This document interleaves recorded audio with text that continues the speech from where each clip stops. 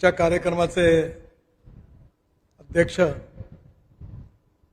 माझे विधानमंडळातील जुने ज्येष्ठ सहकारी आदरणीय रामराजे नाईक निंबाळकर,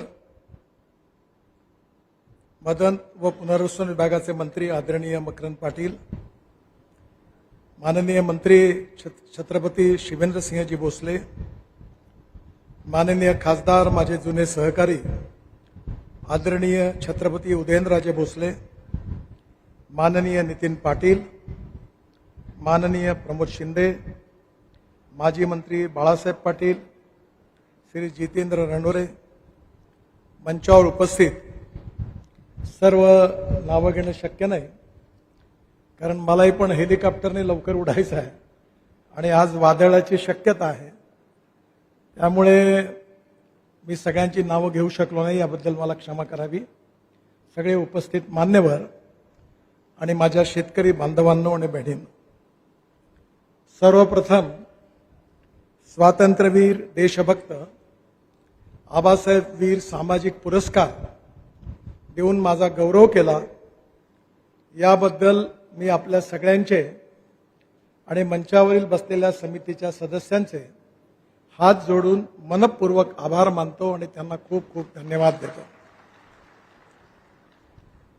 स्वातंत्र्यवीर आबासाहेब वीर सामाजिक पुरस्कार याचं नाव आहे.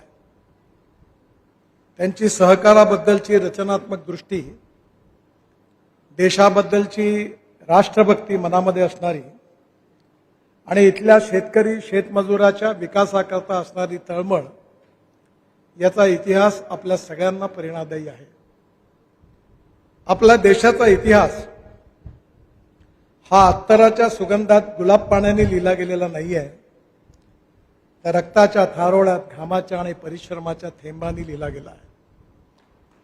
जे बलिदान आपल्या स्वातंत्र्याकरता ज्या थोर वीरांनी केलं, ज्यामुळे आजचा दिवस आपल्याला बघायला मिळाला, त्या थोर स्वातंत्र्यवीरांपैकी आबासाहेब वीर एक होते. त्यांनी त्या काळात केलेला संघर्ष हा स्वाधीनतेकरता होता, पण स्वातंत्र्य मिळाल्यानंतर या देशाचा विकास झाला पाहिजे म्हणून रचनात्मक सहकार्य चळवळीच्या माध्यमातून त्यांनी अनेक प्रकल्पाची स्थापना केली. त्यातूनच साखर कारखान्याची पण निर्मिती झाली. सहकार चळवळ ही महाराष्ट्राची विशेषता आहे, परंतु सहकार चळवळीबद्दल दिल्लीमध्ये मात्र मत चांगलं नाही आहे. मी ज्यावेळी भारतीय जनता पार्टीचा अध्यक्ष होतो, त्यावेळेचे अर्थमंत्री प्रणव मुखर्जी यांना भेटायला गेलो होतो आणि त्यांना सहकारी कोऑपरेटिव्ह बँका आणि या सगळ्याबद्दल जेव्हा माहिती दिली, तेव्हा त्यांचा विश्वासच बसला नाही. कारण सहकार चळवळ ही फक्त गुजरात महाराष्ट्रापुरती यशस्वी आहे आणि उत्तर प्रदेश बिहारमध्ये तर जवळपास नाही आहे. आणि त्यामुळे या चळवळीमध्ये कुठे जर काही छोट्या मोठ्या घटना घडल्या तर स्वाभाविकपणे सहकार चळवळीवर त्याचं दोषारोपण होतं. पण महाराष्ट्राच्या आर्थिक विकासामध्ये या सहकार चळवळीचं नेतृत्व ज्या महान लोकांनी केलं, त्यांनी या ठिकाणी सहकार चळवळ यशस्वी करून दाखवली. मी पण लहान प्रमाणावर सहकार चळवळीत काम करतो आणि एका आमच्या डिपार्टमेंटल स्टोअरच्या उद्घाटनाकरता शेतकरी संघटनेचे नेते शरद जोशी नागपूरला आमच्या कार्यक्रमाला मी त्यांना बोलावलं होतं. त्यावेळी त्यांनी फार एक चांगले उद्गार काढले होते. त्यांनी सांगितलं की success in cooperative is not a success of cooperative movement, but it is a success of leadership who lead the cooperative. म्हणजे प्रामाणिक आणि विकासाभिमुख रचनात्मक विचार करणारं नेतृत्व असेल तर सहकार चळवळ यशस्वी होते.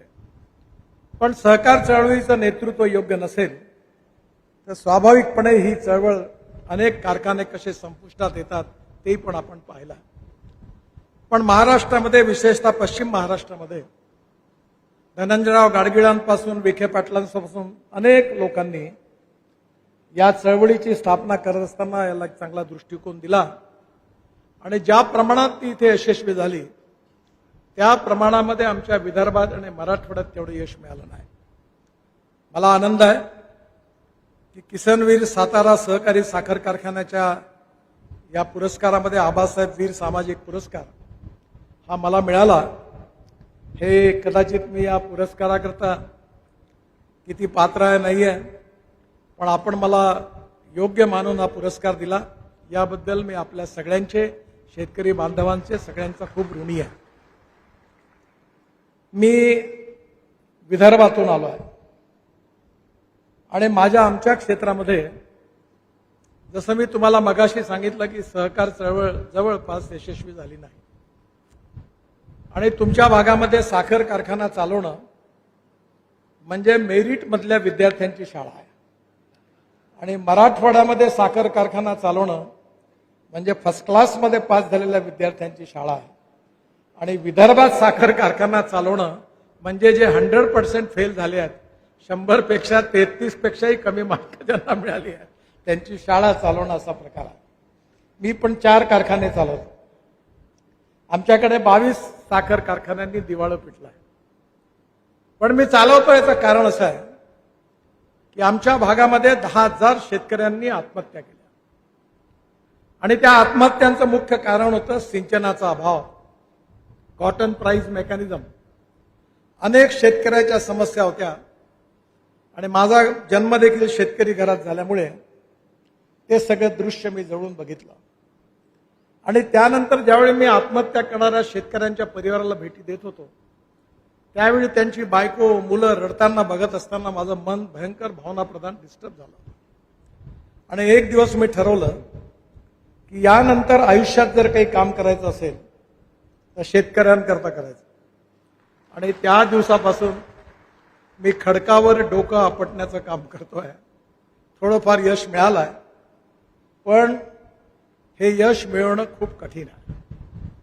तुम्ही शेतकरी म्हणून, ऊस उत्पादक शेतकरी म्हणून एक गोष्ट लक्षात ठेवा की तुम्ही समजता तेवढी साखर गोड नाही, ही हळूहळू कडू होत चाललेली आहे। कुठल्याही गोष्टी करता 4 प्रिन्सिपल आवश्यक असतात: proven technology, economic viability, availability of raw material and marketability of the finish product. पण दुर्भाग्य असं आहे की जगातला सगळ्यात मोठा साखर उत्पादक देश आहे ब्राझील आणि मी ब्राझीलला 3दा गेलो। आदरणीय स्वर्गीय लक्ष्मणराव पाटील पण माझ्याबरोबर होते एकदा, त्यांचा माझा फार जवळचा संबंध होता, त्यावेळी तेही पण माझ्याबरोबर होते आणि खऱ्या अर्थाने आज ब्राझीलमध्ये साखरेचं उत्पादन मूल्य हे 25 ते 26 रुपये किलो आहे आणि हिंदुस्थानमधल्या साखरेचं उत्पादन मूल्य हे 32 रुपये किलो आहे, 32-33 रुपये किलो आहे। जर व्याज धरलं, कॅपिटलचा खर्च धरला तर साखरेमधून मुनाफा मिळवणं जवळपास अशक्य आहे। त्यामुळे जेव्हा साखर कारखाना अडचणीत येतो आणि साखर ऊस उत्पादकांना पैसे मिळत नाहीत तेव्हा नाराजी कारखान्यावर निर्माण होते। पण या सगळ्याच्या मागे जसं साखरेचं जे इकॉनॉमिक्स आहे त्याच्या अडचणी समजून घेण्याची गरज आहे। आपल्या देशामध्ये पूर्वपरंपरागत प्रश्न आणि समस्या निर्माण झाली की कापूस स्वस्त आहे, कापड महाग आहे। आपल्या देशामध्ये संत्र, टमाटर स्वस्त आहे, ज्यूस महाग आहे। आपल्या देशामध्ये गहू स्वस्त आहे, पण ब्रेड बिस्किट महाग आहे आणि याचं कारण असं आहे की आपली इकॉनॉमी ही अर्बन सेंट्रिक आहे आणि त्यामुळे गाव, गरीब, मजदूर, शेतकरी याचा आवाज दिल्लीच्या दरबारी पोहोचण्याकरता खूप वेळ लागतो आणि पोहोचला तर जेवढी ताकद पाहिजे तेवढी ताकद त्या आवाजात राहत नाही आणि त्यामुळे अर्बन सेंट्रिक धोरण असल्यामुळे अनेक वेळा आपल्या शेतकऱ्यांना त्याचे परिणाम भोगावे लागतात। पण आपण या परिस्थितीतून मार्ग काढू शकतो की आपला शेतकरी केवळ अन्नदाता नाही आहे तर ऊर्जादाता आहे। आज आपल्या ठिकाणी आपण ऊर्जा तयार करतो, वीज तयार करतो आणि ज्यांचा पीपीए होता त्यांना चांगला रेट मिळालेला आहे आणि आता पीपीए संपल्यावर 4 रुपये 70 पैसे रेट मिळणार आहे। आता इथे अनेक मंत्री बसले आहेत, आता त्यांच्यासमोर हा प्रश्न आहे की ज्यांचा पीपीए संपला त्यांचा नव्याने चांगल्या भावाचा पीपीए होईल की नाही होईल। अजित दादा होते तेव्हा त्यांना मी म्हटलं की तुम्ही ह्याच्यात प्रयत्न करा आणि एकदा जेव्हा अजित पवार साहेब विरोधी पक्षात होते तेव्हा महाराष्ट्र सरकार पीपीए करायला तयार नव्हती, तेव्हा मी देवेंद्रजींना बोलून आग्रहाने सांगितलं की हा पीपीए करा. पण आता येणाऱ्या काळात ज्यांचा पीपीए संपणार आहे त्यांची ऊर्जेची पण कमाई कमी होणार आहे, नाहीच होणार. कारण 4 रुपये 70 पैसे भावात पॉवर परवडणार नाही. त्यानंतर अन्नदाता, ऊर्जादाता, नंतर इंधनदाता हे जास्त महत्वाचं आहे की आपला शेतकरी पेट्रोल, डिझेल आणि गॅसचा पर्याय देऊ शकतो. आणि मी जे काही सांगतो आहे ते सगळं प्रूव्ह झालेलं आहे. मी जेव्हा 2004 पासून बोलत होतो तर लोक माझ्यावर विश्वास ठेवत नव्हते, पण मी 2 गोष्टी महत्वाच्या लक्षात ठेवल्या होत्या. आणि त्यातली पहिली गोष्ट कोणती होती ती म्हणजे knowledge as a power. Innovation, entrepreneurship, science, technology, research, skilled and successful practices, we name it as knowledge, and conversion of knowledge into wealth is the future. आणि म्हणून त्या दिवसापासून मी प्रयत्नाला लागलो की आपला शेतकरी हा इंधनदाता झाला पाहिजे. आणि इथे जागा आहे, कारण आपण आपल्या देशामध्ये दरवर्षी 22 लाख कोटी रुपये देशाच्या बाहेर जातात आणि आपण petrol, diesel, fossil fuel import करतो. आपल्याला जेवढं एनर्जी लागते पेट्रोल डिझेलच्या रूपाने त्यातलं 87% एनर्जी आपण इम्पोर्ट करतो. तेव्हापासून मी सारखा पाठपुरावा करतोय 2004 पासून की या देशातला शेतकरी ऊर्जादाता झाला पाहिजे, इंधनदाता झाला पाहिजे. आणि आज मी ट्रान्सपोर्ट मंत्री मी असल्यामुळे माझ्यावर 100% विश्वास ठेवा. आज मी तुम्हाला सांगताना मला आनंद होतोय की आपल्या सरकारने पहिला निर्णय घेतला की इथेनॉल बनण्याचा, इथेनॉल तयार करण्याचा निर्णय घेतला. मोलायसेस पासून इथेनॉल, शुगरकेन ज्यूस पासून इथेनॉल, मोलायसेस पासून इथेनॉल, मक्यापासून इथेनॉल, ब्रोकन राईस पासून इथेनॉल, आणि बायोमास म्हणजे परली, राईस स्ट्रॉ, व्हीट स्ट्रॉ पासून इथेनॉल, आणि आपण नुमालीगड आसाममध्ये बांबू पासून इथेनॉल बनवलं. परंतु ज्यावेळी आपण इथेनॉल बनवलं त्यावेळी हळूहळू आपण 20% इथेनॉल पर्यंत आता गेलो आहे. आपल्या देशामध्ये इथेनॉल निर्माण करण्याची क्षमता 2000 करोड लिटर आहे.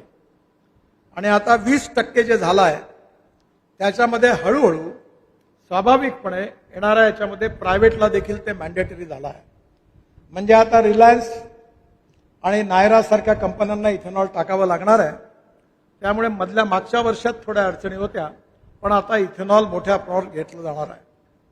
आता इथेनॉल मधला सगळ्यात महत्वाचा प्रश्न असा आहे की इथेनॉलच्या बरोबर आपला शेतकरी विशेषतः इथेनॉल मोठ्या प्रमाणात निर्मित करू शकतो, याची क्षमता आहे.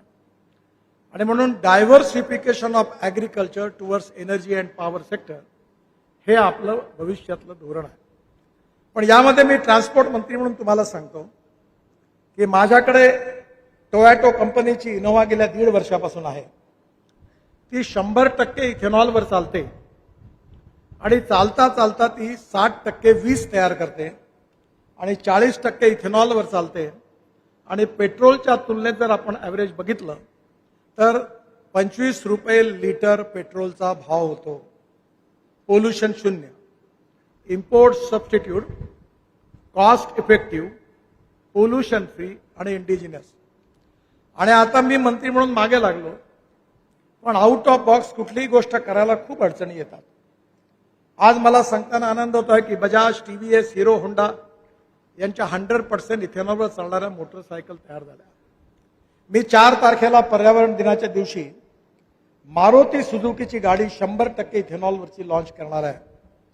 टोयॅटो, मारुती, टाटा, महिंद्रा 12 कंपन्यांनी, हुंडाई या सगळ्यांनी आता 100% इथेनॉलवरच्या गाड्या आणलेल्या आहेत.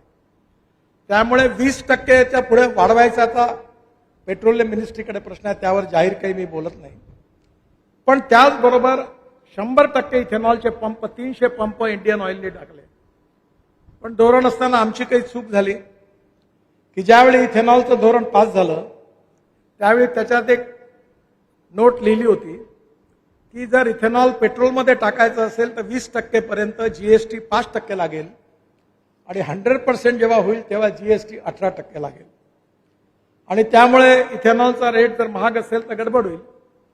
माझ्या हिशोबाने इथेनॉलचा रेट जर 75 रुपये लिटर असेल आणि पेट्रोलचा 120 रुपये असेल तर ग्राहकालाही पण तो स्वस्तात पडणार आहे. त्यामुळे आम्ही प्रयत्न करतोय की आता इथेनॉलचे पंप देशात निर्माण व्हावे, याकरता पेट्रोलियम मिनिस्ट्रीकडे मागणी केली आहे.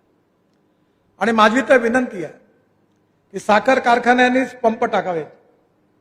इथेनॉलच्या गाड्या सगळ्या राहतील, स्कूटर इथेनॉलच्या राहतील, मोटरसायकल इथेनॉल, पेट्रोल गायब. तुमचं इथेनॉल तुम्हीच इथे विकाल आणि ते 75 रुपया भावाने मिळेल तर कारखान्यालाही प्रॉफिट मिळणार आहे. आणि त्याचबरोबर आपल्या कारखान्यामध्ये आपले टेलिकम्युनिकेशनचे टावर आहे, त्याला 450 करोड लिटर हे डिझेल लागतं. त्याचाही पर्याय आपण शोधतो आहे. त्यांनाही मी विनंती केली आहे की तुम्ही आता जनरेटर सेट इथेनॉलवर कन्वर्ट करा. आणि मागच्या 2 महिन्यापूर्वी पुण्यामध्ये किर्लोस्कर कंपनीचे 2 जनरेटर सेट मी लॉन्च केले. त्यातलं एक सेट जो होता ते 100% इथेनॉलवर होता आणि दुसरा सेट जो होता तो आयसोब्युटेनॉलवर होता. इथेनॉल हे पेट्रोलमध्ये टाकतात आणि आयसोब्युटेनॉल हे डिझेलमध्ये टाकतात. जर आपल्या डिस्टिलरीमध्ये 2 कॉलम आपण जास्तीचे टाकले तर आयसोब्युटेनॉल तयार होतं. राजमध्ये याचे चाचणी झाल्यात, ARI मध्ये सुरू आहे. आणि आयसोब्युटेनॉल हे डिझेलचं अल्टरनेटिव्ह आहे. जर आपण आयसोब्युटेनॉल 15% जर आपण डिझेलमध्ये टाकलं तर ही रिक्वायरमेंट पुन्हा 6000 करोड लिटरची होणार आहे. आणि त्याचबरोबर कारण पेट्रोलच्या तुलनेत डिझेलचा खप जास्त आहे आणि त्याचबरोबर आयसोब्युटेनॉलचे इंजिन्स तयार झाले तर पुढे शेतकरी हा डिझेलचा अल्टरनेटिव्ह देऊ शकणार आहे. माझ्याकडे स्वतः फ्लेक्स इंजिनचा ट्रॅक्टर आहे आयशर कंपनीचा. तो ट्रॅक्टर जो आहे तो CNG आणि डिझेल असं फ्लेक्स आहे. मी ज्यावेळी ट्रान्सपोर्ट मंत्री होतो सगळ्या ॲग्रिकल्चर इक्विपमेंट आणि कन्स्ट्रक्शन इक्विपमेंटवाल्यांना बोलावलं आणि ॲग्रिकल्चर इक्विपमेंटवाल्यांना मी सांगितलं की तुम्ही Euro 6चे इमिशन नॉर्म मी तुम्हाला लागू करणार. ते म्हणे साहेब तुम्ही हे केलं तर आम्ही अडचणीत येऊ, 1.5 लाखांनी ट्रॅक्टरची किंमत वाढेल. मग मला म्हटलं ॲफिडेविट करून द्या की तुम्ही 1 वर्षाच्या आत इथेनॉलवर चालणारा, CNGवर चालणारा ट्रॅक्टर आणि विशेष करून हायड्रोजनवर चालणारा ट्रॅक्टर लॉन्च करा. मी हे काही लावणार नाही. आणि आता सगळ्या ट्रॅक्टर कंपन्यांनी हे काम हातात घेतलेलं आहे. आणि त्यामुळे येणारा ट्रॅक्टर जो आहे तो डिझेलच्या ऐवजी 100% इथेनॉल किंवा बायो CNG वर चालणारा आणि बायो CNG आपल्याकडे तयार होणार आहे. आज देशामध्ये 4000 प्रकल्प सुरू करण्याची सुरुवात झालेली आहे. त्यापैकी 250 प्रकल्प पूर्ण झालेले आहेत आणि त्या प्रकल्पामधून 5 ton of rice straw is giving 1 ton of bio CNG. आणि आपल्याकडलं प्रेस मड, स्पेंट वॉश आणि त्याचबरोबर बगास आपण टाकलं आणि बायो CNG तयार केला. आणि बायो CNG आणि इथेनॉलवर आपला ट्रॅक्टर चालला, ट्रक चालल्या, बसेस चालल्या, स्कूटर चालल्या, मोटरसायकल चालल्या तर तुमचा इथल्या इथेच खपत होईल आणि शेतकऱ्याला उत्तम भाव मिळणार आहे. आणि म्हणून येणाऱ्या काळात ॲग्रिकल्चरच्या आपल्या इथे ऊसाचे हार्वेस्टर आहेत, त्यांनाही मी बोलवलं आहे आणि त्यांना सांगितलं की तुमचं हार्वेस्टरचं इंजिन डिझेलवरचं जे आहे ते इथेनॉलवर कन्वर्ट करा, आयसोब्युटेनॉलवर कन्वर्ट करा. म्हणजे या देशातला शेतकरी अन्नदाता, ऊर्जादाता आणि इंधनदाता झाला. त्यानंतर आहे हवाई इंधन. मी स्वतः स्पाइस जेटच्या विमानातून शेतकऱ्यांनी तयार केलेल्या बायो एव्हिएशन फ्युएलच्या विमानात बसून डेहराडूनहून दिल्लीला आलो आहे. त्याचबरोबर विस्तारा कंपनीने देखील बायो एव्हिएशन फ्युएल वापरून सफल ट्रायल केलेली आहे. 26 जानेवारीला आपले फायटर जेट आणि हेलिकॉप्टर हे देखील आपण त्याच्यावर चालवले, हवाई इंधन तयार झालं आहे आणि हे शेतकरी तयार करू शकतो. आता नुकतंच दावोसला परिषद झाली होती आणि हळूहळू पेट्रोलियम एव्हिएशन फ्युएलमध्ये आपण 5% हे शेतकऱ्यांनी तयार केलेलं बायो एव्हिएशन फ्युएल टाकण्याचा निर्णय होण्याची शक्यता आहे. आणि हा जर झाला तर शेतकरी हा इंधनदाता, ऊर्जादाता आणि मग हवाई इंधनदाता या 3 गोष्टी पूर्ण होतील. चौथी गोष्ट प्रयोग केला की आपलं जे बगास आहे, उसाचं चिपाड, cotton straw, wheat straw, rice straw आणि बगास, याच्यापासून सेंट्रल रिसर्च ऑर्गनायझेशननी डांबर बनवायला त्यांना मी सांगितलं. ते सक्सेसफुली झालं आणि त्यानंतर ही टेक्नॉलॉजी मी त्यांना म्हटलं तुम्ही विका. आपल्या देशाला 110 लाख टन डांबर लागतं. आपल्या रिफायनरीची क्षमता फक्त 50 लाख टन आहे. उरलेलं आपण इम्पोर्ट करतो. त्यामुळे आता आपल्या शेतकऱ्याच्या बायोमासपासून आता डांबर तयार करणं सुरू झालं आणि नागपूर जबलपूर रोडवर, आमच्या नागपूरजवळ रामटेक म्हणून गाव आहे, तिथे मनसरवर 1 किलोमीटर रोड या बिटुमिनचा बनवला आणि तो सगळ्या टेस्टमधून पास झाला. त्यामुळे आता पेट्रोलियम बिटुमिन डांबरामध्ये 30% बायो बिटुमिन, 60% वेस्ट प्लास्टिक आणि यूज रबर टायर जे आहे त्याची पावडर करून एक नवीन मिक्स बनवून ते रिफायनरीने विकावं आणि ते आम्ही विकत घेऊन 40% डांबर आम्हीच विकत घेतो NHI मध्ये. तर त्यांच्यावर ट्रायल सुरू आहे. जे किसान डांबर दाता झाला, हवाई इंधन दाता. मला आता रामराजे म्हणाले की हायड्रोजन बद्दल जरूर सांगा आणि हायड्रोजन हे भविष्य आहे. आणि म्हणून मगाशी मी सांगितलं की innovation, entrepreneurship, science, technology, research, skill, successful practices is a knowledge and knowledge is a power and conversion of knowledge into wealth is the future. माझ्याकडे गाडी आहे टोयोटाची, ती हायड्रोजनवर चालते आणि त्या गाडीचं नाव आहे मिराई. मिराई हा जपानी वर्ड आहे आणि मिराईचा अर्थ आहे भविष्य, फ्युचर. आणि म्हणून हायड्रोजन हे आपलं भविष्य आहे. हायड्रोजन 4 प्रकारचा आहे. पहिला हायड्रोजन जो आहे तो पेट्रोलियमचा बाय प्रोडक्ट आहे. त्या हायड्रोजनला आपण ब्राऊन हायड्रोजन म्हणतो. दुसरा हायड्रोजन कोळशापासून तयार होतो, तो ब्लॅक हायड्रोजन आहे. तिसरा हायड्रोजन पाण्यापासून तयार करतो, तो ग्रीन हायड्रोजन आहे. ऑक्सिजन आणि हायड्रोजन वेगळं काढतो. आणि जो चौथा हायड्रोजन आहे तो पुन्हा बायोमास पासून, म्हणजे cotton straw, wheat straw, rice straw, bagasse आणि म्युनिसिपल सॉलिड वेस्टला सॅग्रिगेट करून त्यातला कचरा बायोडायजेस्टरमध्ये तुमच्या टाकून, जिथे तुम्ही करता त्यातून मिथेन निघतो आणि मिथेनवरून बायो CNG काढायच्या ऐवजी आपण हायड्रोजन काढणं शक्य आहे. आणि हा झाला ग्रीन हायड्रोजन. पण पाण्यापासून जो आपण हायड्रोजन तयार करतो ती इलेक्ट्रोलायझर प्रोसेस आहे आणि त्याला 1 किलो हायड्रोजन करता आपल्याला साधारणतः 50 युनिट पॉवर लागते. म्हणजे 150 रुपयाची तर पॉवरच झाली. तर हायड्रोजनचा रेट 300 रुपये होतो. आणि ट्रान्सपोर्ट मंत्री म्हणून माझी इच्छा आहे की हायड्रोजनचा रेट $1 म्हणजे 100 रुपयापर्यंत आला पाहिजे. आणि जर 100 रुपयापर्यंत हायड्रोजन आला तर आपण ऊर्जेला आयात करणारा नाही तर ऊर्जेला निर्यात करणारा देश बनू शकतो. हे आमचं स्वप्न आहे. हे शक्य आहे. मी ट्रान्सपोर्ट मंत्री आहे. ऑटोमोबाईल इंडस्ट्री माझ्या अंडर आहे.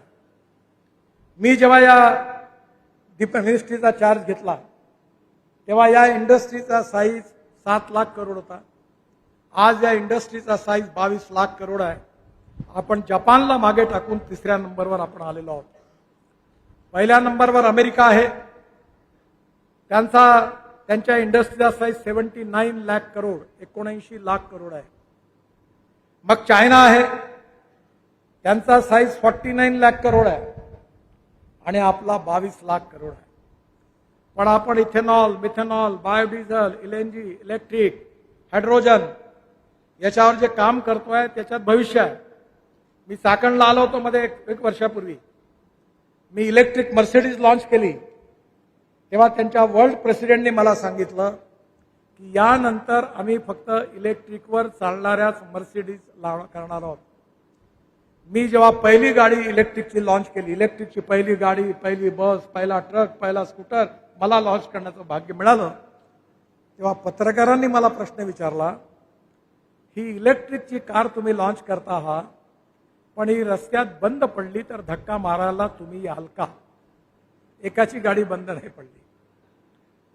पण लोकांमध्ये नवीन गोष्ट स्वीकारण्यामध्ये संभ्रम असतो आणि म्हणून मी ज्यावेळी इलेक्ट्रिक कार सुरू केली त्यावेळी लिथियम आयन बॅटरीची किंमत $150 पर किलोवॅट पर आवर होती.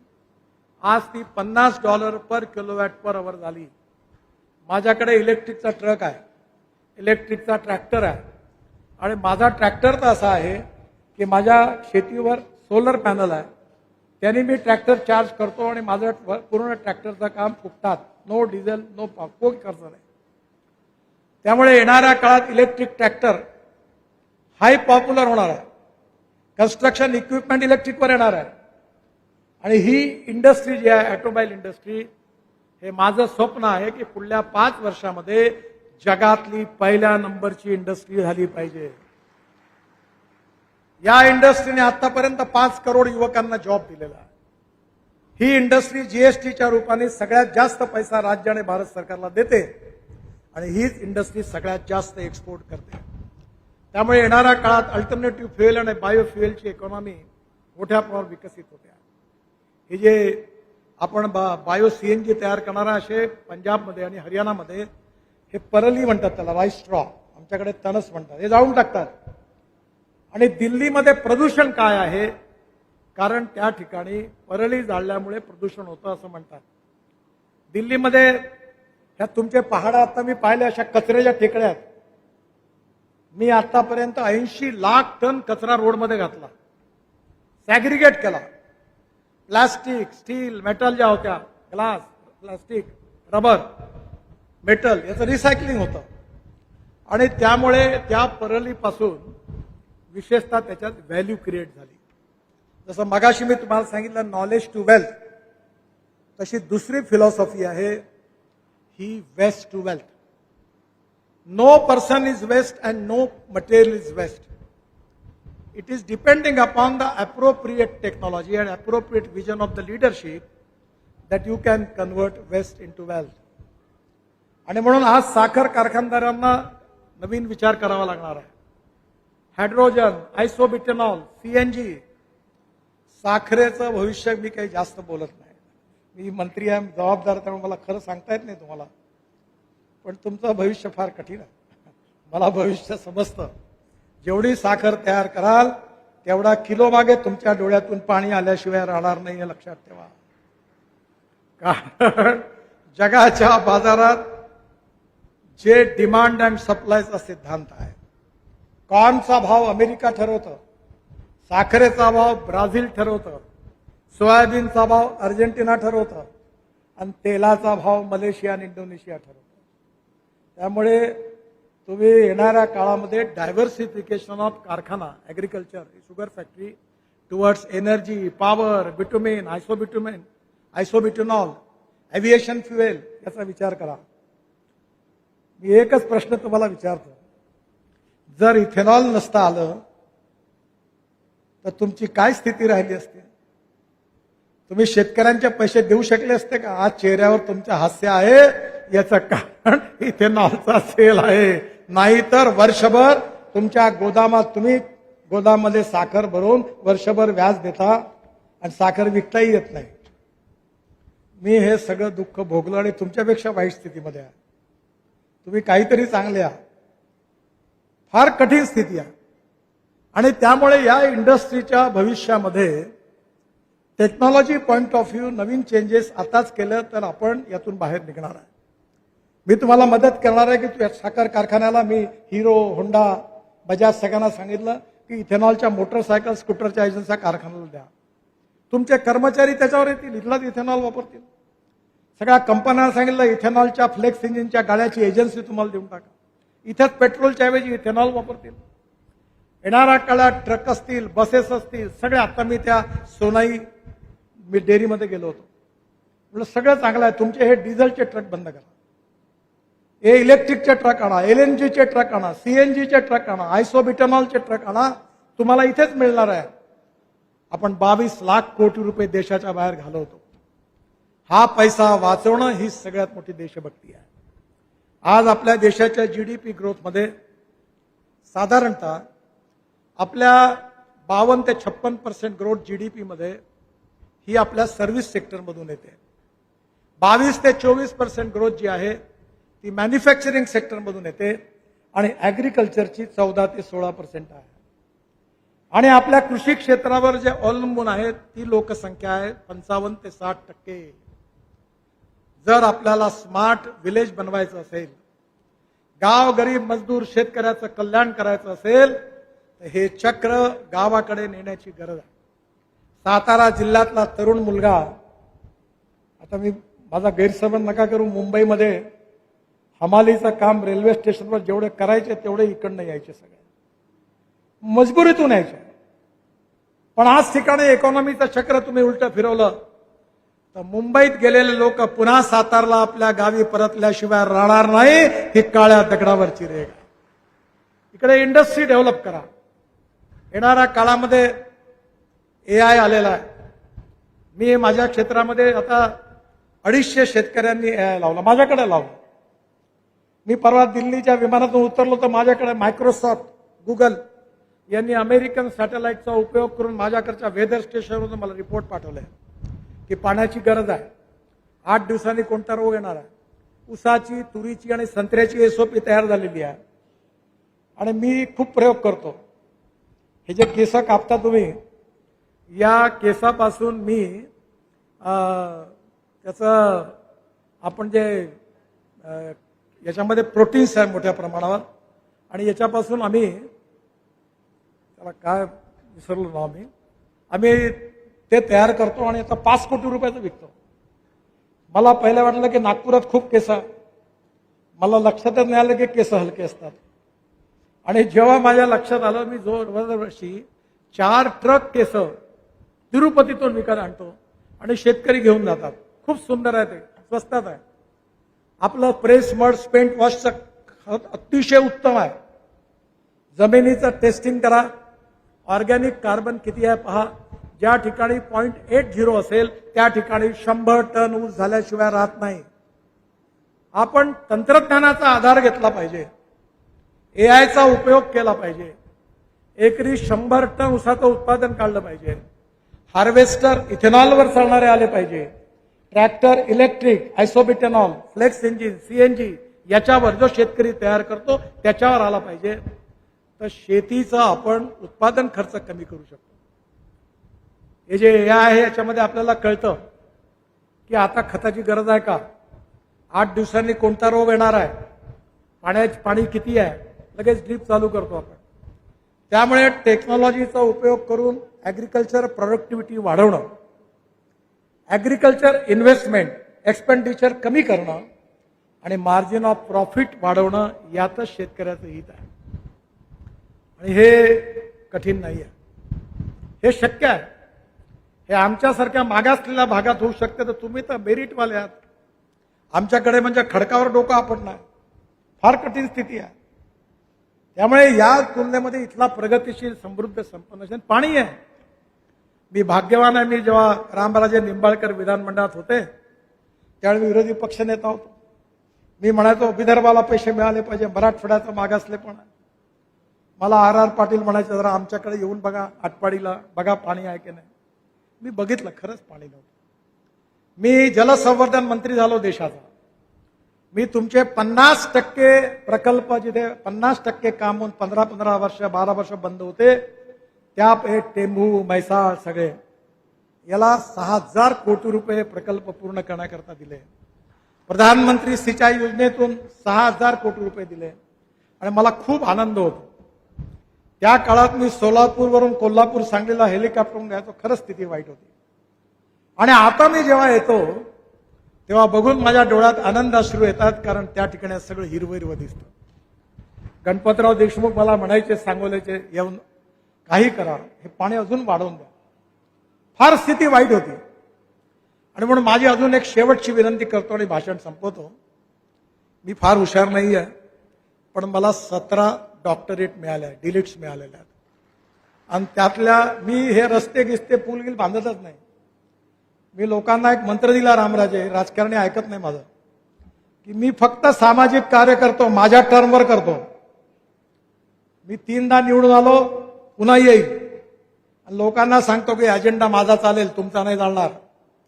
जो करेगा जात की बात उसको कस के मारूंगा लात, हे म्हणायची ताकद ठेवतो.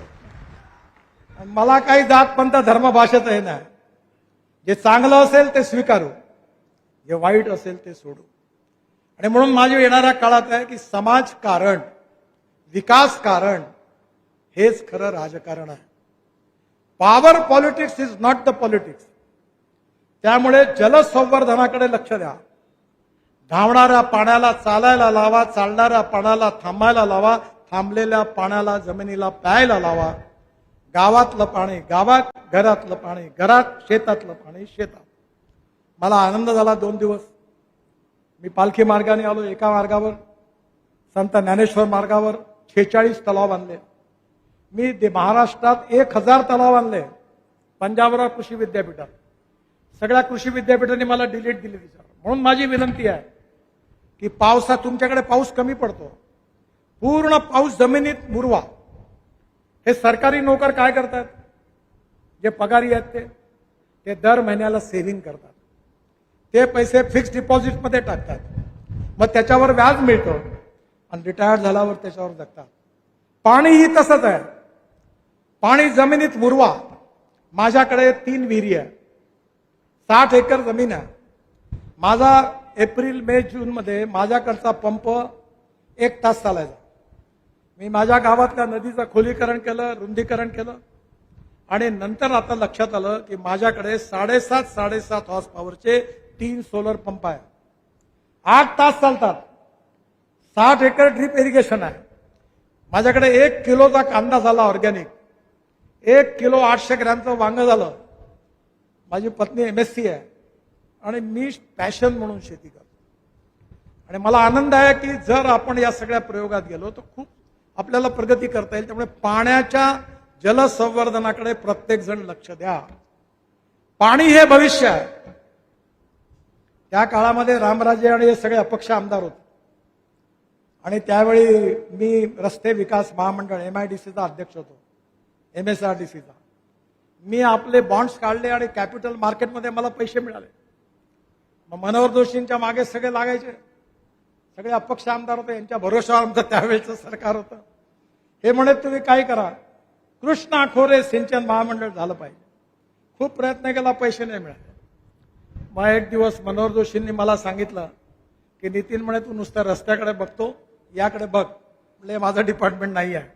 नाही माझा आदेश आहे म्हणे, तुला बघावं लागेल. आणि पहिल्यांदा मी ही जे कृष्णा खोरे सिंचन कार्पनची रचना बदलवली, बॉन्डमधून पैसे काढले. परंतु त्यातून हे होणार नाही.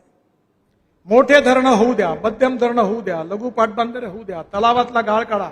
मी फुकटात काढतो. मी सगळे 1000 तलाव फुकट बांधले. तलावाची माती काढली, रोडमध्ये टाकली. शेतकऱ्यांना तळ बांधून दिलं, माती रोडमध्ये टाकली.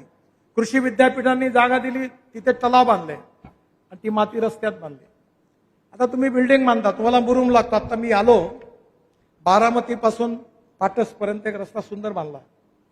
तर ते अंडरपास असे खोलात केले. मी म्हटलं याच्यात, बोले इथे मुरुम आहे, त्यामुळे हे खोदल्यामुळे वरचा पूल बांधायच्या ऐवजी तो जे काय ॲग्रिगेट आहे ते फुकट मिळालं. म्हणजे आम के आम गुठली के दाम. आता पलीकडे तुमच्याकडे मी बंगलोरचा हायवे बांधणार आहे. त्यामुळे नक्की हे लक्षात घ्या की याचा उपयोग करून आपल्याकडे पाण्याचं संवर्धन करा. शेवटी आता शिवेंद्रजींनी सांगितलं, मला दुःख आहे की तुम्हाला पुणे सातारा रोड कागल खूप तकलीफीचा आहे. मी क्षमा मागतो तुमची. आता मी तरी काय करू, कॉन्ट्रॅक्टर ढंगाचे भेटत नाही. आता कॉन्ट्रॅक्टर जिथे दिसेल तिथं ठोकल्याशिवाय राहत नाही. ब्लॅक लिस्टेड दोघांना जेलमध्ये टाकायला सांगितलं. मी क्वालिटीशी कॉम्प्रोमाइज करत नाही, कारण मी लक्ष्मी दर्शन घेत नाही. त्यामुळे आता जो मिळेल त्याला ठोकायच्या आणि ब्लॅक लिस्टेड करायच्या मागे आहे. मी आत्ताच सांगितलं की आमच्याकडे एक मशीन आहे, तर रस्त्यावर फिरवा, पण तुम्ही काळजी करू नका.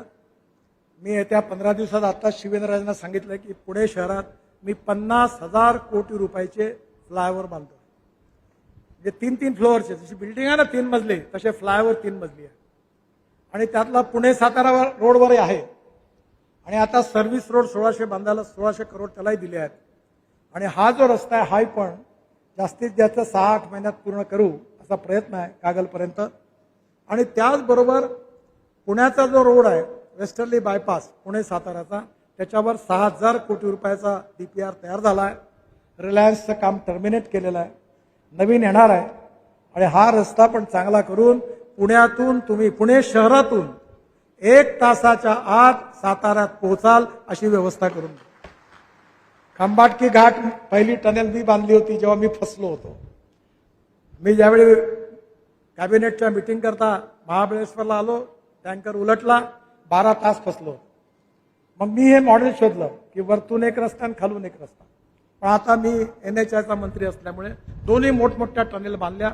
एक सुरू झाली, दुसरी पण जून जुलैमध्ये बांधल्या. एक सुरू झाली, दुसरी पण जून जुलैमध्ये इतक्यात पूर्ण होईल. मी उद्घाटनाला पुन्हा येईल आणि त्याच्याबरोबर पुण्यापर्यंत सगळा रोड सुंदर करणार. या पुण्यामध्ये 6,000 कोटी त्याच्यावर पुणे सातारा रोडवर लावणार आहे. आणि म्हणून तुमचा प्रश्न नक्की मिटेल. आणि अजून सांगतो तुम्हाला, सातारावरून तुम्ही औरंगाबादला, संभाजीनगरला तुम्ही 3 ते 3.25 तासात पोहोचाल. आता मी नवी मुंबई पुणे एक्सप्रेस हायवे बांधतोय अटल ब्रिजच्या पासून, त्यामुळे 1.5 तासात पुण्याच्या रिंग रोडवर आल. आणि तिथून पलीकडे बंगलोरकडे जाणारा एक्सप्रेस हायवे बांधतोय द्रुतगती महामार्ग, मुंबईतून बंगलोर 5 तासात. त्यामुळे आज तुम्हाला विश्वास नाही होत, पण विश्वास ठेवा माझ्यावर. दिल्ली ते डेहराडून 9 तास लागायचे, आता आम्ही उद्घाटन केलं, आता 2 तासात झालं. दिल्ली ते मुंबई 12 तास झालं. त्यामुळे येणाऱ्या काळामध्ये सध्या तुम्हाला त्रास होतो याचं मला दुःख आहे, पण 1-1.5 वर्षात तुम्ही या त्रासातून मुक्त व्हाल आणि 3 वर्षात पूर्ण मुक्त व्हाल याचा विश्वास देतो. आपण सगळ्यांनी माझा सत्कार केला, मला शुभेच्छा दिल्या. आणि जे आबासाहेब वीर सामाजिक पुरस्कार ज्यांच्या नावाने आहे, त्यांचं जीवन प्रेरणादायी आहे.